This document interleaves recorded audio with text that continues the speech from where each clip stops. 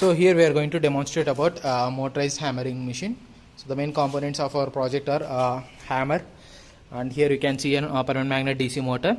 So generally this motor will be rotating at 2400 rpm. So at such an high rpm it doesn't have torque. So to increase the torque there will be an worm gear in it.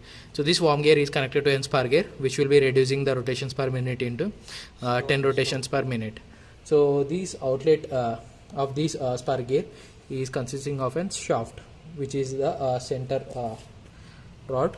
So this connecting rod is connected to an circular plate which acts as an crank. So this is called slider crank mechanism.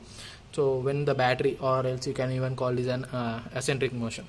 So when this plate is moving in a circular motion, it is going to pull the linkage shaft, which will be pulling the hammer rod. So this rod is connected with the help of 8 mm nut and bolts. So here you can see an lead acid battery, which is an rechargeable one. So connecting both terminals, so the motor starts rotating in a circular motion. So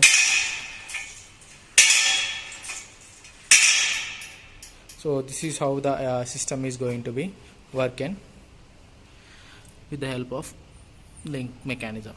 Thank you. So you have to disconnect it.